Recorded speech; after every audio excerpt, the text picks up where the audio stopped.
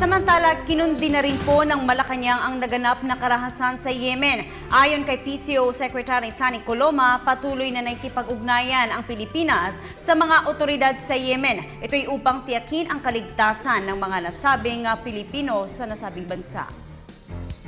We condemn the senseless violence that killed 7 Filipinos and inflicted injury to several of our citizens working in Yemen. Our officials are working with the local authorities to ensure the safety and well-being of our countrymen. We are urging the Yemeni government to bring the perpetrators to the bar of justice.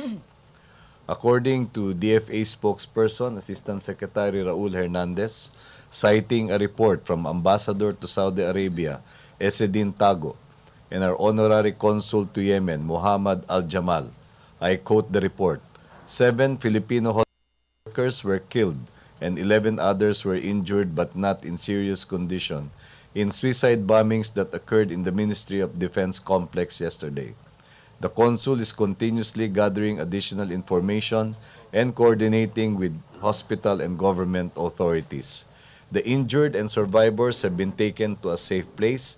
Names of those affected have been withheld until their families have been informed. The situation is now under control by Yemeni security forces.